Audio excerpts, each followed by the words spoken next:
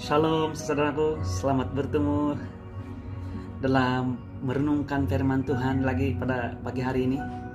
Saya percaya satu lagi kesempatan, satu lagi penghormatan yang Bapa di sorga berikan kepada kita. Karena kasih karunia Kristus Yesus, penyertaan Roh Kudus yang tidak pernah gagal dalam kehidupan kita. Saya percaya ada sesuatu yang Tuhan ingin sampaikan kepada kita.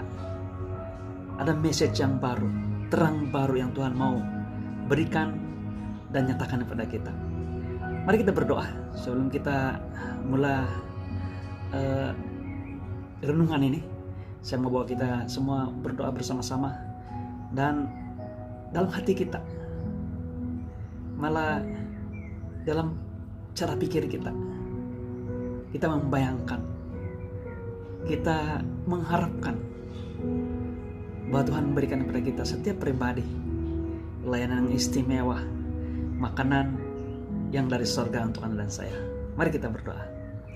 Bapa di sorga, terima kasih karena Engkau memberikan kami satu lagi kesempatan yang sangat luar biasa ini untuk dapat merenungkan firman Tuhan. Dan saya percaya Bapa di sorga, pada hari ini Engkau menyediakan bagi kami firman Tuhan, hidangan dari sorga, yang satu lagi yang dapat kami nikmati, malah memberikan kepada kami kekuatan baru, mengubah cara pikir kami dan meletakkan kami di, saya katakan bahwa cara pikir Tuhan yang Tuhan kehendaki, yaitu pembaharuan mindah kami, pembaharuan cara pikir kami daripada cara pikir dunia ini kepada cara pikir Tuhan. Berbicara di tengah-tengah kami Tuhan, firman-Mu, pedang-Mu itu tajam Bapa di sorga, malah lebih tajam daripada segala pedang yang ada dalam dunia ini. Firman-Mu lebih tajam ya Tuhan. Berbicaralah Roh Kudus, Engkaulah yang mendidik kami. Engkau menyatakan, mengungkapkan bagi kami rahasia-rahasia yang tidak kami terfahami oleh logik manusia. Terima kasih Tuhan. Kami siap, berbicaralah. Di dalam nama Yesus kami berdoa. Amin. Saudaraku, pada hari ini saya mau kita melihat, malah saya ingin katakan bahwa melihat dengan cara Tuhan. Bagaimana kita melihat dan menghadapi segala persoalan dalam kehidupan kita, masalah, problem, dan juga mungkin isu yang terjadi dalam kehidupan kita, dalam keluarga kita, atau dalam community kita, yang melibatkan hal hubungan, atau dalam hal-hal yang melibatkan keperluan kita sehari-hari secara material, mungkin juga kesehatan kita. Saya percaya Bapa di sorga mau kita memiliki cara pikir Tuhan, dan demikian kita memiliki satu pengharapan dan damai sejahtera dan keyakinan iman bahwa apa yang kita hadapi itu ada penyelesaiannya, malah di mata Tuhan ya sudah diselesaikan. Tidak ada lagi yang sebenarnya menghalang ataupun yang menjadi hambatan dalam kehidupan Anda dan saya. Mungkin Anda mulai berkata seperti ini, "Penatua, kamu tidak tahu masalah yang saya sedang hadapi, betapa rumit, sukar, dan saya melihat seakan-akan tidak ada jalan keluar, dan melihat bahwa jalan keluar itu hanyalah melalui cara pikir manusia atau hal-hal yang sudah rusak dan tidak boleh diperbaiki lagi." Saudara, pada hari ini Tuhan mau bicara pada kita. Tuhan mau menyatakan, dan semua ini adalah karena kemurahan Tuhan. Tuhan mau memberikan kepada kita jalan keluar, penyelesaian. Malah kasih karunia Tuhan berbicara tentang hal yang sudah selesai. Tuhan mau meyakinkan Anda dan saya bahwa apa yang Anda hadapi, apa yang Anda sedang alami, semuanya Tuhan telah selesaikan bagi Anda dan saya. Dan jaminan yang Tuhan beri pada Anda dan saya adalah jaminan yang pasti. Malah Tuhan mau kita melihat melampaui problem, masalah yang kita hadapi. Karena Tuhan mau meyakinkan kita bahwa hal-hal yang nampaknya fakta, hal-hal yang nampaknya seperti reality, yang tangible, yang boleh disentuh dan boleh dilihat dalam kehidupan kita, boleh dirasakan, sebenarnya hanyalah maya jika kita lihat dan melihatnya dalam cara pandangan dan pikiran Tuhan. Tuhan mau kita melihat bahwa Di depan kita tidak ada masalah, tidak ada hambatan. Malah jika ada hambatan, masalah yang kita hadapi, Tuhan mau kita melihat bahwa ada jalan keluar. Dan yang lebih indah lagi adalah masalah yang sedang Anda hadapi, saya hadapi, itu sudah diselesaikan oleh Tuhan. Yaitu adakah Anda mempercayainya, believe yang Tuhan sudah selesaikan bagi Anda dan saya. Sehingga ketika kita menghadapi segala problem ini, apalagi dalam hal-hal seperti yang melibatkan hubungan, melibatkan hal-hal yang sudah memiliki jalan buntu, hal-hal yang melibatkan kesehatan, diagnosis dokter yang sudah muktamad, malah hal-hal yang kita lihat tidak dapat membantu kita, sumber yang sudah bukan hanya terhad tapi sudah habis.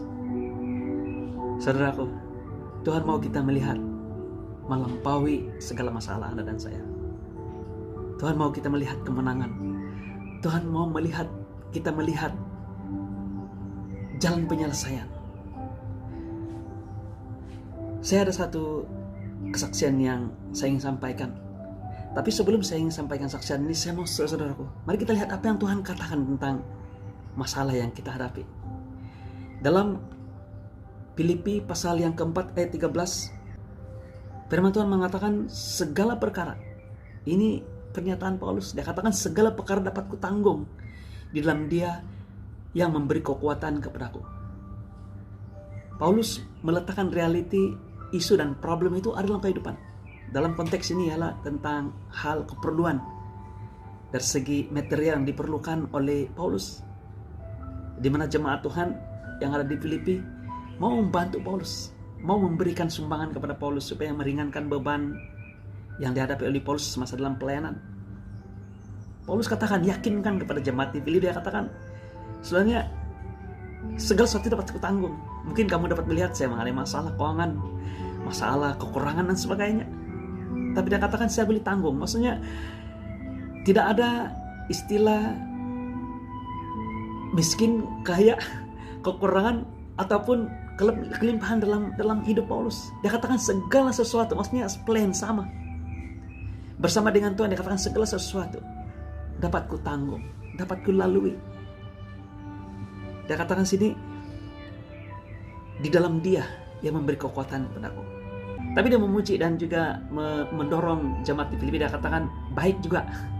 Dia katakan sini, namun baik juga perbuatanmu, bahwa kamu mengambil bagian dalam kesusahanku. Paulus katakan bahwa bukan tidak ada kesusahan, ada. Tapi dia katakan dia dapat menanggungnya. Seakan-akan saya melihat bahwa satu nilai 10 ringgit itu cukup bagi Paulus. Demikian juga ketika dia hanya membeli sekeping duit yang kecil atau mungkin yang bernilai 10 sen ataupun 5 sen. Keperluan dia ya ketika dia ada 10 ringgit dengan 10 sen. Keperluan yang sama tetap dipenuhi. Dia katakan dapat kutanggung. Saya percaya ini. Karena Paulus menyatakan sesuatu yang luar biasa. Rahasianya ialah dia katakan di dalam Dia. Di dalam Dia. Bersama dengan Tuhan. Saudaraku, Tuhan mampu menolong kita. Malah di dalam firman Tuhan dalam 1 Korintus pasal 10 ayat 13, firman Tuhan mengatakan pencobaan-pencobaan yang kamu alami ialah pencobaan-pencobaan biasa yang tidak melebihi kekuatan manusia. Sebab Allah setia. Dan karena itu Ia tidak membiarkan kamu dicobai melampaui kekuatanmu. Pada waktu kamu dicobai, Ia akan memberikan kepadamu jalan keluar sehingga kamu dapat menanggungnya. Dan perkataan dapat menanggungnya yang digunakan oleh Paulus adalah sama seperti perkataan yang digunakan dalam 1 Korintus pasal 10 ayat yang ke-13 ini. Maksudnya Tuhan memberikan jalan keluar. Kadang-kadang kita tidak sabar.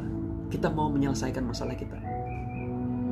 Dan oleh karena kita mau menyelesaikan masalah kita dengan cara kita, dan soalnya dipengaruhi oleh emosi, mungkin juga perasaan susah hati, dan juga sense of urgency, perlu menyelesaikan ini dengan segera. Kita melupakan Saya tidak katakan melupakan, tapi kita tidak melihat dengan benar janji yang Tuhan telah berikan pada Anda dan saya, bahwa Tuhan akan memberikan jalan keluar bagi Anda dan saya. Maksudnya bukan Anda, bukan orang, bukan manusia, bukan institusi ataupun mungkin satu lembaga dan sebagainya memberikan Anda jalan keluar. Yang memberi jalan keluar akan masalah Anda, supaya Anda menanggungnya adalah pada surga sendiri. Malah perspektif yang Tuhan beri pada Anda dan saya itu sangat luar biasa. Dia katakan bahwa pencobaan yang kita alami itu pencobaan biasa. Kita mengatakan, oh penentua ini masalah yang besar luar biasa. Ini memberikan stres yang luar biasa, seperti tidak jalan keluar. Apalagi melibatkan hal-hal yang mau mengubah sikap dan juga karakter manusia. Sukar, sangat sukar. Tapi Tuhan mau memberikan kita satu perspektif yang baru. Dia katakan, itu pencobaan biasa berbanding dengan penyelesaian yang saya sudah sediakan. Saya tidak katakan bahwa apa yang masalah yang Anda hadapi sekarang ini satu yang remeh menurut pikiran manusia, tidak. Ia mungkin hebat, luar biasa, sangat-sangat memukul. Tetapi berbanding dengan pengorbanan yang Yesus telah berikan dan bayar harga untuk membawa Anda keluar dari masalah ini, itu lebih hebat, lebih besar. Saudaraku, tidak ada masalah yang terlalu besar yang Anda alami, yang tidak dapat diselesaikan, yang tidak dapat diberikan oleh Tuhan jalan keluar, kecuali Anda menolak untuk menerima pertolongan itu. Dan supaya misi firman Tuhan pada pagi hari adalah untuk membawa Anda, untuk membawa Anda dan saya untuk mulai fokus daripada menanggung ataupun meletakkan beban ini untuk diselesaikan oleh individu, manusia, institusi dan sebagainya kepada Bapa di sorga dalam Yesus Kristus. Menyelesaikan masalah ini, memberikannya kepada Yesus Kristus untuk menyelesaikan bagi Anda dan saya. Luar biasa. Saudaraku, firman Tuhan mengatakan apa yang kita lalui ini adalah satu seakan-akan proses, tetapi dia memberikan jaminan kepada Anda dan saya bahwa ada pengharapan. Dalam Roma 15 ayat yang ke-13, firman Tuhan mengatakan, semoga Allah sumber pengharapan. Dia katakan sumber pengharapan. Kenapa Paulus mengatakan semoga? Dia berdoa supaya kita memiliki perspektif ini, supaya kita dapat menanggapi apa yang pengharapan yang Tuhan sudah beri kepada Anda dan saya. Dia katakan memenuhi kamu dalam segala sukacita. Mungkin sekarang Anda mengalami duka cita, tapi dia mau kita memilikinya, pengharapan itu, dan memiliki sukacita. Dia katakan dan damai sejahtera dalam iman kamu, yaitu percaya bahwa saya memiliki pengharapan itu yang diberikan oleh Bapa dalam Kristus Yesus, supaya oleh kekuatan Roh Kudus kamu berlimpah-limpah dalam pengharapan. Oh, haleluya. Saudara, dia katakan oleh Roh Kudus. Inilah jaminan yang Tuhan beri pada Anda dan saya, yaitu Roh Kudusnya yang ada dalam Anda dan saya adalah jaminan. Malah bukannya jaminan, tapi meterai.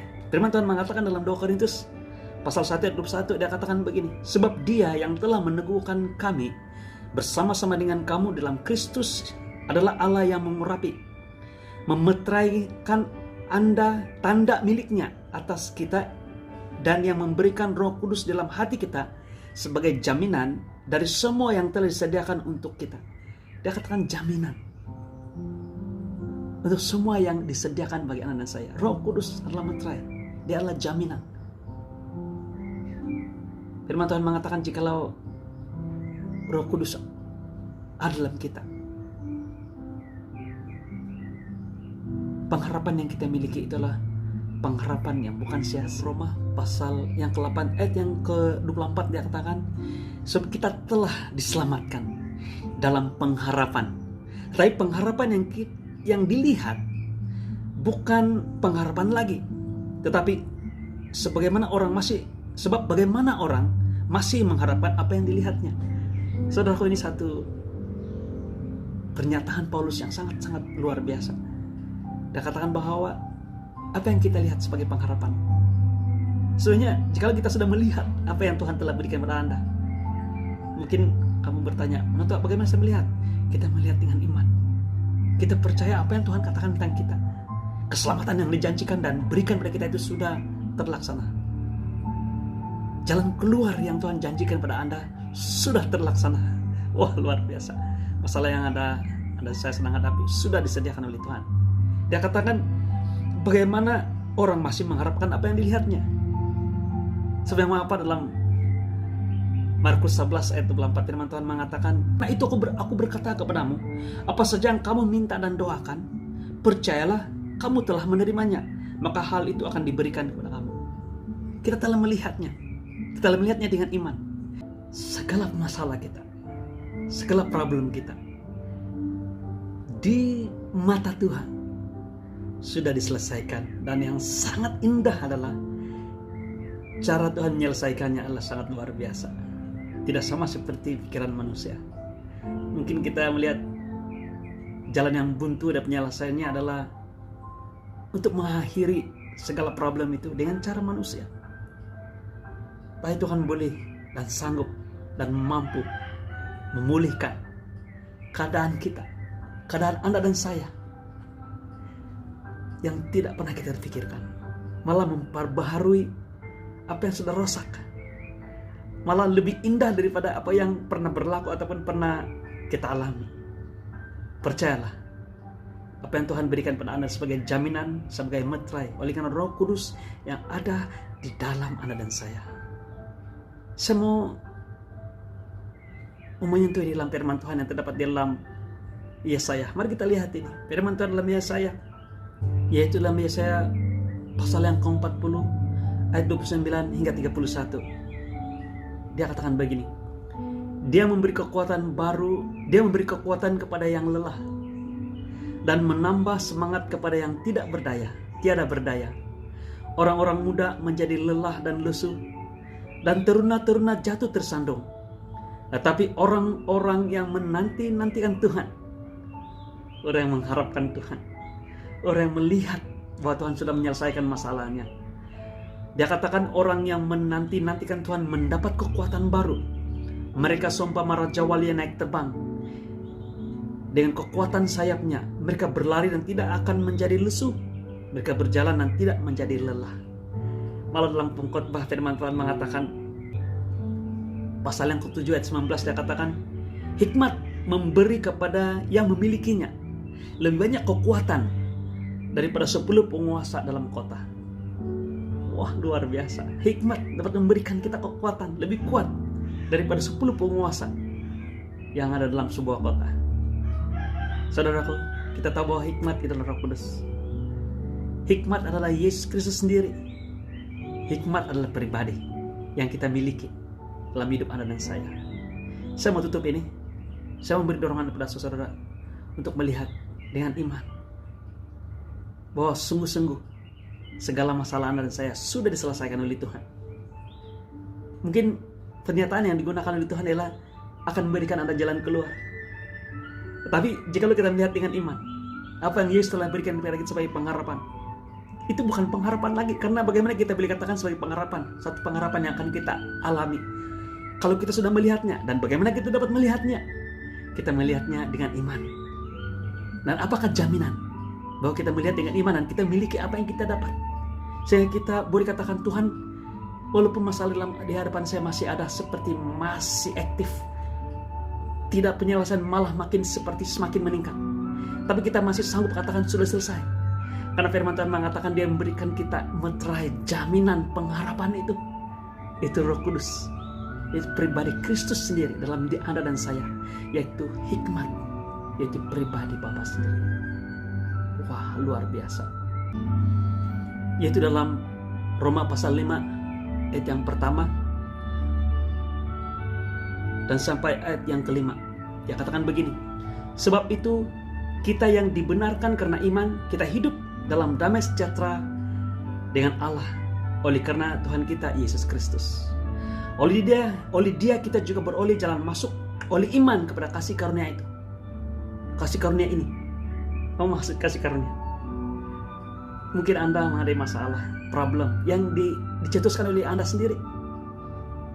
Bagaimana Tuhan menolong saya? Saya yang melakukan yang ini, saya yang menjadi puncak. Saudaraku, kasih karunia bermaksud walaupun Anda tidak layak, tapi ini untuk Anda dan saya. Malah tidak ada seorang pun dalam dunia ini yang layak menerima pertolongan dari Bapa oleh Kristus Yesus. Tapi karena kemurahan dan kasih karunia Tuhan, itu diberikan kepada Anda dan saya. Dan kita beroleh jalan masuk, dia katakan, karena kita dalam damai, hidup damai dengan Bapa. Kita beroleh jalan masuk oleh iman kepada kasih karunia ini. Di dalam kasih karunia ini kita berdiri dan kita bermegah dalam pengharapan akan menerima kemuliaan Allah. Dia tidak katakan menerima penyelesaian. Saudaraku, kalau kita menerima penyelesaian itu cukup luar biasa, cukup bagus, sudah selesai masalah. Oh cukup, Tuhan saya sudah bersyukur. Tapi Tuhan tidak akan menjanjikan Anda untuk memberikan Anda setakat selesaikan masalah dan isu yang Anda alami, problem yang Anda sedang alami. Tapi Tuhan mau memberikan kemuliaan, something great. Bila kita mau meletakkan dan sanggup meletakkan iman, percaya, kita berani menerima kasih karunia ini. Dia katakan akan menerima kemuliaan Allah. Dan bukan hanya itu saja, kita belum bermegah juga dalam kesengsaraan kita. Kita bermegah dalam penderitaan yang kita alami, dalam masalah yang sedang kita alami. Karena kita tahu bahwa kesengsaraan ini menimbulkan ketekunan, dan ketekunan menimbulkan tahan uji, dan tahan uji menimbulkan pengharapan. Dan pengharapan tidak mengecewakan, karena kasih Allah telah dicurahkan dalam hati kita oleh Roh Kudus yang telah dikaruniakan kepada kita. Roh Kudus telah dikaruniakan kepada Anda dan saya. Saudaraku, inilah janji, inilah jaminan, inilah tanda, inilah meterai bahwa kita memilih pengharapan yang tidak mengecewakan ini, yaitu yang terdapat dalam 2 Korintus pasal yang pertama ayat yang ke-21. Dia katakan begini, luar biasa. Sebab Dia yang telah meneguhkan kami bersama-sama dengan kamu di dalam Kristus adalah Allah yang telah mengurapi, memeteraikan tanda miliknya atas kita, dan yang memberikan Roh Kudus dalam hati kita sebagai jaminan dari semua yang telah disediakan untuk Anda dan saya, untuk kita. Saudaraku, inilah kekuatan kita, inilah yang kita miliki. Saya mengajak saudaraku, mulai hari ini mari kita melihat masalah, problem yang kita alami dalam kehidupan kita. Mungkin orang lain tidak melihat itu sebagai satu isu, problem, itu mungkin satu perkara kecil, remeh. Tapi itu, jikalau itu penting bagi Anda, itu penting bagi Tuhan. Mari kita mulai melihat besar kecil apapun yang kita alami. Adakah itu dari segi aspek hubungan, aspek material keperluan kita, mungkin juga kesehatan, atau juga menyangkut paut dalam keadaan situasi apa yang sedang kita alami pada masa-masa sekarang ini. Tuhan mau mengajak kita melihat, melampaui segala problem yang sedang kita alami, masalah yang sedang kita alami, cabaran yang sedang kita alami, pencobaan yang sedang kita alami, kerumitan yang kita sedang alami, yaitu jalan keluar. Tuhan menjanjikan pada kita bahwa ianya akan diselesaikan oleh Tuhan. Malah Tuhan mau mengajak kita untuk percaya bahwa itu telah diselesaikan. Dengan iman, percaya, melihat. Kita tidak melihat apa yang nampak depan kita, tapi kita melihat dalam roh kita apa yang sudah Tuhan selesaikan itu untuk Anda dan saya. Saudaraku, adakah Anda mau mengambil ini sebagai satu langkah iman? Tuhan mau menolong Anda dan saya, tapi Tuhan tidak dapat memberikan pertolongan jikalau Anda tidak mau menerima pertolongan ini.